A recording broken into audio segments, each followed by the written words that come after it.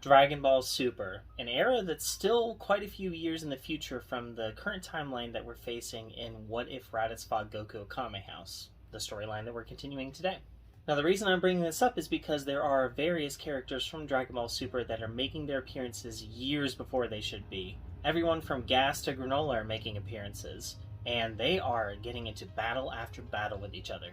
Before I continue, if you haven't kept up with Dragon Ball Super, there are some spoilers ahead, and if this is your first time being with this channel, please check out the first part here and subscribe for more videos to come. It helps the channel out greatly. In our last part, we had Granolah being revived, and having the situation explained to him by none other than Elder Mori. Being a Namekian, he was willing to listen, and over a little bit of explanation, he decided that Goku might be someone that's different from the rest of the Saiyans. However, there's not a lot of time for deliberation because Monaito's life is at stake, and Granolah agrees to go with Goku to the planet Cereal to try and rescue him, with the agreement that they can spend some time on New Namek until they figure out what they're going to do next. However, not all is well. Upon arriving at planet Cereal, they feel a presence rapidly approaching. It's Gas and the rest of the Heeters, and they are basically in the atmosphere. A battle seems inevitable. How's it going to turn out? Let's continue. Monaito had been pacing around the house. Frantically, he was wondering what had happened to Granolah. To his surprise, Granolah appeared right in front of his face, along with 200 figures. A bald one with 6 dots on his head, and someone that looked strikingly familiar. What? Could that be Bardock? No, there's no way. He'd be a lot older by now. Then, could this be one of his offspring? Oh man, I can feel his presence right up in the atmosphere. This guy's strong. I can tell. Well, I know you're itching for a fight, Goku, but we gotta get out of here. Ah, come on, Krillin. What fun is that? I say we test this guy out. Teach him that we are forced to be reckoned with. Goku, you're just looking for any excuse to fight. We need to leave now. Wait. Hold on. What did you say your name was? Goku? Is your father by chance Bardock? Monaito interjected himself into the conversation. It's not something that he could keep held in, even though they seemed like they were in urgent haste. It's not something he was going to put to the side. Bardock? No, I can't say I recognize the name. Granolah grabbed his arm, urging him out the door. However, he pulled away and started rummaging through his stuff. He pulled out 2 items, a Dragon Ball and a Scouter. He went to hand the Scouter to Goku, but there was a loud crash outside. They exited the building together to see none other than Gas standing there menacingly at them. But Gas lost his composure pretty quickly. In the crowd of people, he saw none other than Granolah, someone that he knew for a fact he had killed. I finished you off on Earth. What is this? How did you come back to life? But before Granolah could answer, Goku put his hand up in front of him, and Gas's face pivoted over to him. When he locked eyes with Goku, he became enraged once more. This was the person that he was sure he had fought in the past, or at least a relative of it. Once again, he did look to be too young. However, Saiyans were notorious for maintaining their age, their youth, for extended periods of time. It could very well be the same guy, but how was the scar healed if that was the case? No, he was pretty certain that this was someone else, perhaps an offspring. However, it's someone that he'd be happy to get revenge against. A blood-curdling smile ran across his face. Bardock was the only word that he got out of his mouth before he charged at Goku. Frantically, he immediately went into Super Saiyan 2, not underestimating the threat at all, and the two of them began to clash. Gas was giving into his fury again, becoming stronger and stronger by the second. However, he completely lost sight of the fact that Goku was not alone. This wasn't a 1v1 battle like it was on Earth. In fact, there was a master sniper and another person that he didn't even recognize entering the fray as well. He managed to keep his guard up somewhat against Granolah's attacks because he wasn't sitting on the sideline either. The sniper bolts would have been lethal had Gas not been prepared, but he was fully expecting a situation like that, and even though he was giving into his rage, he was not getting lower ground. However, the shorter one seemed to disappear. Where did he go? Well, it turns out Krillin was taking advantage of the chaos. He went off into the distance and began to charge up a spirit bomb, the only thing that he knew of that would work against people of this power. But Gas wasn't alone either. He had 3 siblings around, and they were on Krillin in an instant. He had no time to charge up a spirit bomb with an onslaught against them. However, he wasn't weak compared to them. He was actually able to put up a fairly solid fight, landing a solid punch on Oil and knocking him directly into the ground. Maki was surprised to see her brother go down by such a short stack, and she stopped underestimating him. The two of them began to fight it out, and it was on much more even terms. However, he kept doing these odd techniques, a whole bunch of odd moves that she just couldn't quite pin down, turning himself red and bursting in speed and power for brief moments, blinding her in a moment, and even shooting out discs that seemed to chip off mountainsides. He definitely had a wide variety of techniques, and she and Alec were definitely on their toes. Oil eventually got back onto his feet, but Krillin was putting up a good fight against all 3 of them. Back at the main battle too, Gas was hardly getting the upper hand anymore.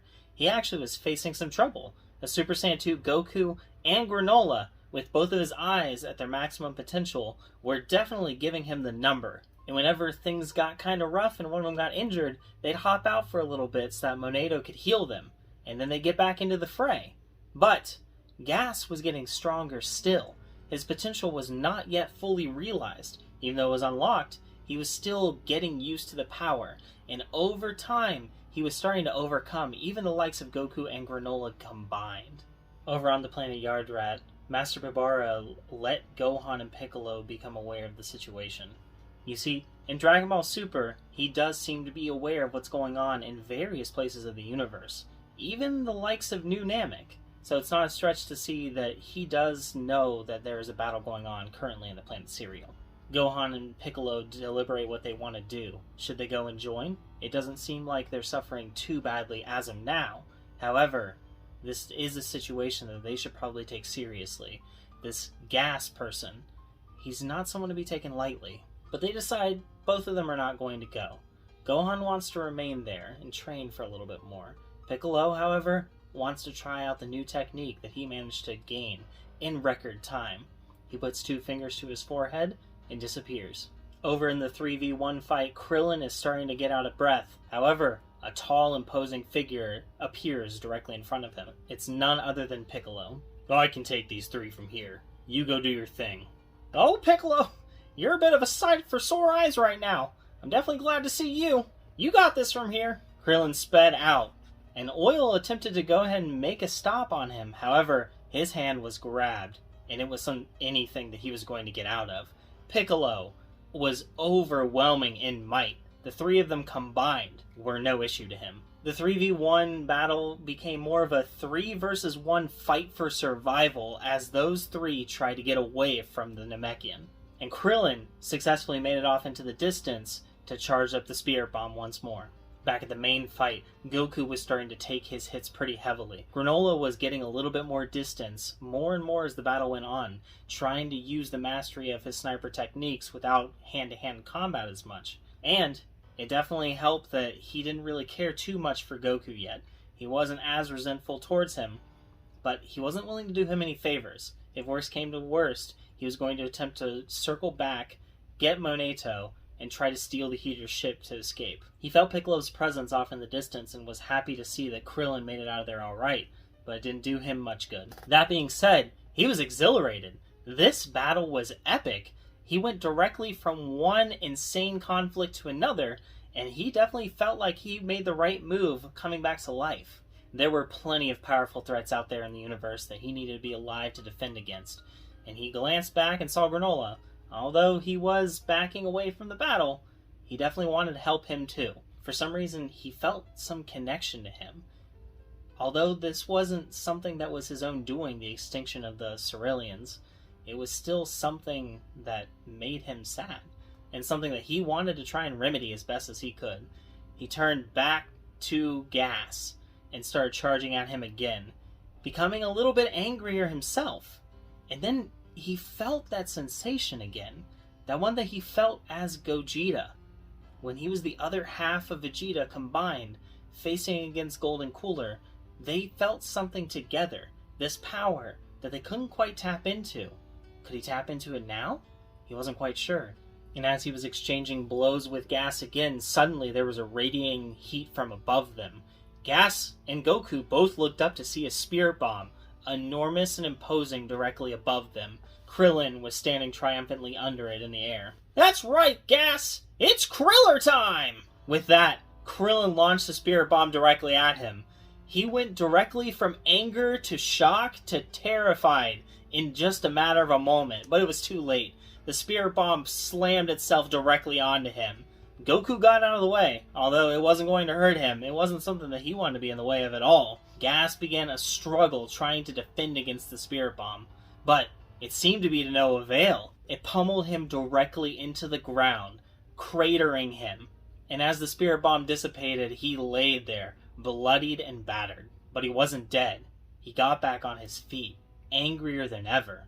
He let out a terrifying scream. His muscles grew at an exponential rate, and before anyone could register what was happening, he launched himself directly at Krillin, putting a punch directly into his stomach, and then going directly through it. Krillin's body fell to the ground, motionless, and Goku watched the entire thing happen again. His best friend for decades, dying right in front of him once more. This wasn't something he was about to stand for. He let out a roar himself, a primal rage that he hadn't felt since the likes of Super Saiyan, the base Super Saiyan. His hair began to grow, his brow became more prominent, and his eyebrows disappeared. Super Saiyan 3 Goku emerged. But before he could even realize what was happening, Monaito was on Krillin. It turns out he wasn't dead. The punch left a hole directly in him, but it was more to his side than it was directly through his stomach. And it was something that could potentially be healed. That being said, Goku had already unlocked the power, and he wasn't even paying attention to what was going on around him anymore. In the state of Super Saiyan 3, it's all about the fight. His seriousness completely took over. It wasn't even so much about the love of the fight anymore. It was the want to dominate his opponent. He stared directly up at the muscular, enraged version of Gas, and knew what he had to do. He charged directly at Gas, and the two of them began an epic clash with each other. This time, they were dead even. At least, dead even in power, but not in technique. Goku far outclassed Gas, who was nothing more than a glorified bodyguard for his own family members. He knew his raw power, but it wasn't the answer to every single situation. Goku had a wide variety of techniques at his disposal, everything from instant transmission to, who knows, even solar flare. He was a sponge for techniques and able to learn them at an astronomical rate, and he utilized everything that he possibly could to get the job done as quickly as possible. Gas had no answer in his current state. His power was still slowly rising, but it wasn't enough to bridge the gap of skill that was between him and this person. This person that looked just like someone that had defeated him in the past. It was happening all over again. His rage was beginning to overcome him as well, and he was becoming sloppier and sloppier with his technique. However, Elec eventually showed up and managed to get him to leave the battle. Goku did not pursue him. He knew that Super Saiyan 3 was about to wear out, and Piccolo eventually arrived too, letting them know that they had all managed to escape him somehow. But it didn't matter. They had won this battle, and they knew they could go ahead and leave safely.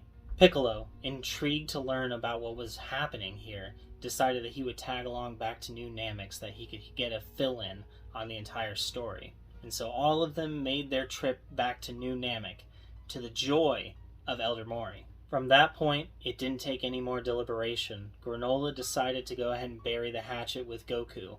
And, if it meant being on good terms with Goku, what was left of the Saiyans in general. After a little explanation as well, they came to the realization. Monaito bestowed the scouter once more to Goku, and he agreed to take it this time, with the promise that he would listen to it when he felt ready. But he still had no idea who Bardock was. Goku, the freshly healed Krillin, and Piccolo all made their leave, with Piccolo heading back to Planet Yardrat, because he was getting a lot of joy out of training there, and Goku and Krillin heading back home. Goku went back to see Chi-Chi and Goten briefly, but he told her that he had something they had to do.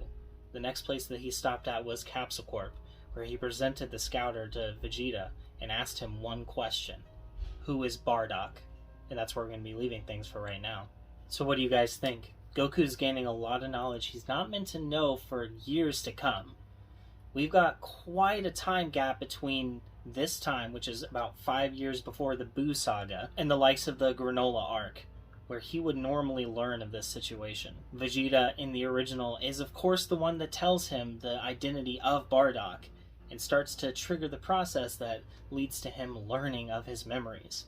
Will Goku learning this so much earlier cause a massive difference between the original? Will he let Vegeta know that he's achieved Super Saiyan 3? That's a bit of an important one as well.